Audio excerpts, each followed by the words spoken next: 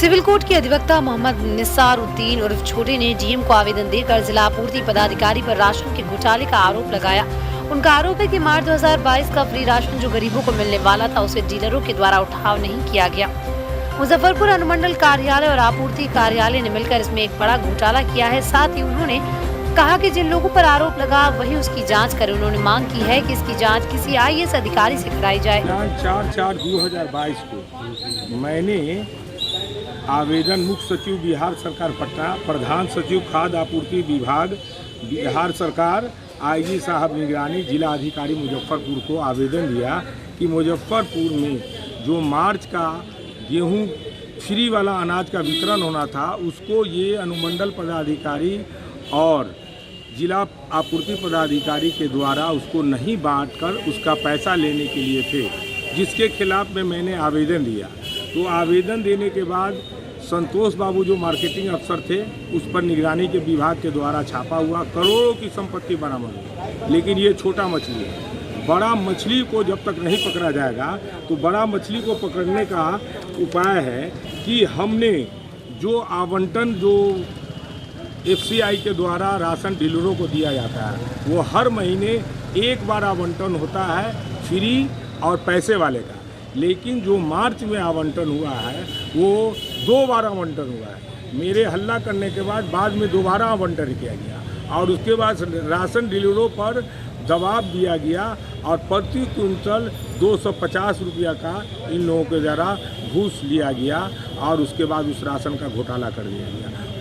मुशहरी क्षेत्र में, देहाती क्षेत्र में, अनुमंडल पूर्वी में तो पूरा कहीं भी राशन मार्च का फ्री वाला किसी भी गरीब को नहीं मिला है। इसके लिए मैंने पुनः निगरानी विभाग IG पटना, मुख्य सचिव बिहार और खाद्य आपूर्ति विभाग के प्रिंसिपल सेक्रेटरी को फिर आवेदन दिया है कि मैंने जो आवेदन दिया अनुमंडल पदाधिकारी पूर्वी और जिला आपूर्ति पदाधिकारी पूर्वी के खिलाफ, तो ये जांच किसी प्रशिक्षु IAS से या निगरानी विभाग पटना से होना चाहिए, न कि जिसके ऊपर आरोप लगा वही जो है से हमसे मांग रहे हैं साक्ष्य।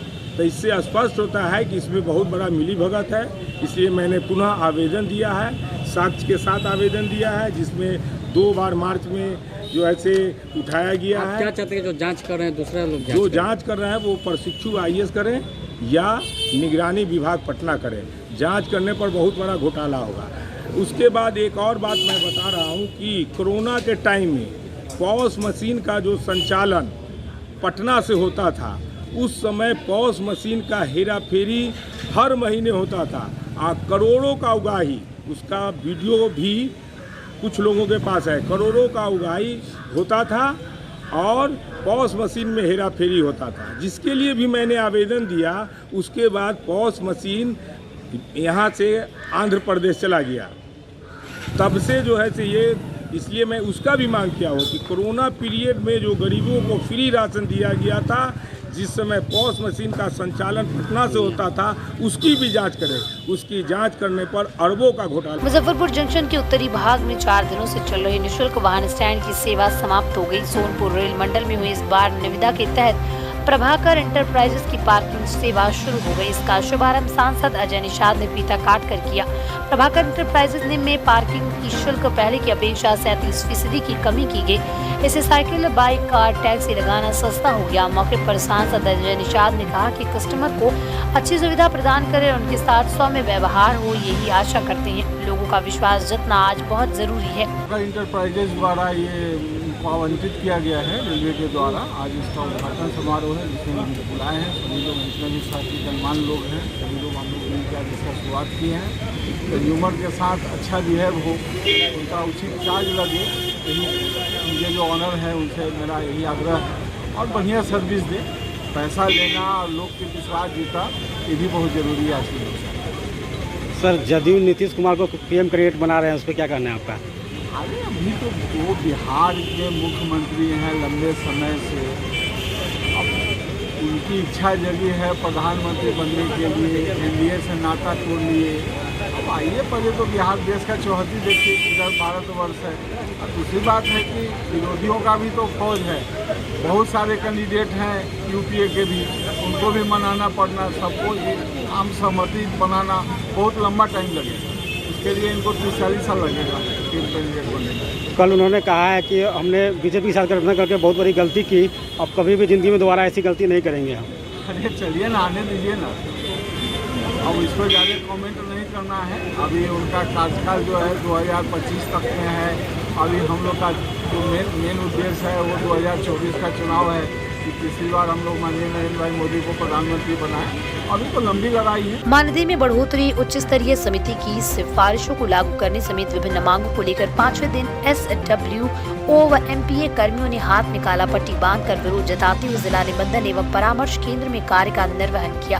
बिहार राज्य सिंगल विंडो ऑपरेटर व मल्टीपर्पज असिस्टेंट संघ के बैनर तले कर्मी लगातार अपनी मांगों के समर्थन में विरोध कर रहे हैं। संघ के जिला संयोजक ने बताया कि मांगों के समर्थन में बिहार सरकार ने उच्च स्तरीय समिति गठित की थी, जिसने कर्मियों के पक्ष में अनुशंसा की है, लेकिन बिहार विकास मिशन इसे लागू नहीं कर रही। जब तक मांगे पूरी नहीं होती, कर्मियों का विरोध जारी रहेगा। मांगे बार बार पत्राचार किया जा रहा है बिहार विकास मिशन द्वारा और हमारे राज्य स्तरीय संघ द्वारा, आकाश सिंह अध्यक्ष हैं, उनके द्वारा बार बार पत्राचार किया जा रहा है हम लोग को उच्च स्तरीय कमेटी को लागू करने के लिए, वेतन बढ़ोतरी के लिए और अन्य मांग है जो सारे ज़िले में बहुत दूर दूर ट्रांसफ़र हुआ है उन लोगों के लिए, और 10,000 रुपया मानदेय पुनरीक्षण करने के लिए। तो सरकार से हम लोग बार बार पत्राचार कर रहे हैं, हमारी संघ राज्य स्तरीय संघ बार बार पत्राचार कर रही है, तभी भी हम लोगों को मांग को नहीं सुना जा रहा है। वीडियो कॉन्फ्रेंसिंग के द्वारा हम लोगों को बताया गया था कि आप लोगों को जून तक मतलब किया आश्वासन दिया गया था, जो अभी भी पूरा नहीं किया गया है। मुख्यमंत्री द्वारा उच्च स्तरीय कमेटी लागू करने के लिए हम लोगों को सिफारिश कर दी गई है, बट बिहार विकास मिशन अभी तक हम लोग को उसका लाभ नहीं मिल रहा है, लागू नहीं किया है, जो बजट में प्रस्तावित है। मुख्यमंत्री द्वारा बजट में भी हम लोग को बिहार विकास मिशन के जो भी कर्मी हैं उनको देने के लिए प्रस्तावित किया गया है। मंत्रिमंडल सचिवालय बिहार विकास मिशन का, बिहार विकास मिशन जिला निबंधन परामर्श केंद्र सभी को मतलब उच्च स्तरीय कमेटी का लाभ मिलेगा, जो अभी तक नहीं मिला है। हमारी मुख्य मांग यही है, 5 मांग हम लोग का है, जो सरकार और बिहार विकास मिशन नहीं सुन रही है, जिसके लिए हम लोग उग रहे हैं। मानदेय बढ़ोतरी का मांग है जी, हम लोग का मुख्य मांग है उच्च स्तरीय कमेटी को पूर्ण रूप से लागू करना और 10,000 रुपया महंगाई के अनुसार मानदेय पुनरीक्षण करना और नज़दीकी जिला में सभी को ट्रांसफ़र करना, ताकि काम करने में आसानी हो। और जो सिक्योरिटी मनी है हम लोग को रखी है 1 माह का सरकार, उसको ब्याज सहित लौटाने के लिए। उच्च कमीशन का क्या आदेश है?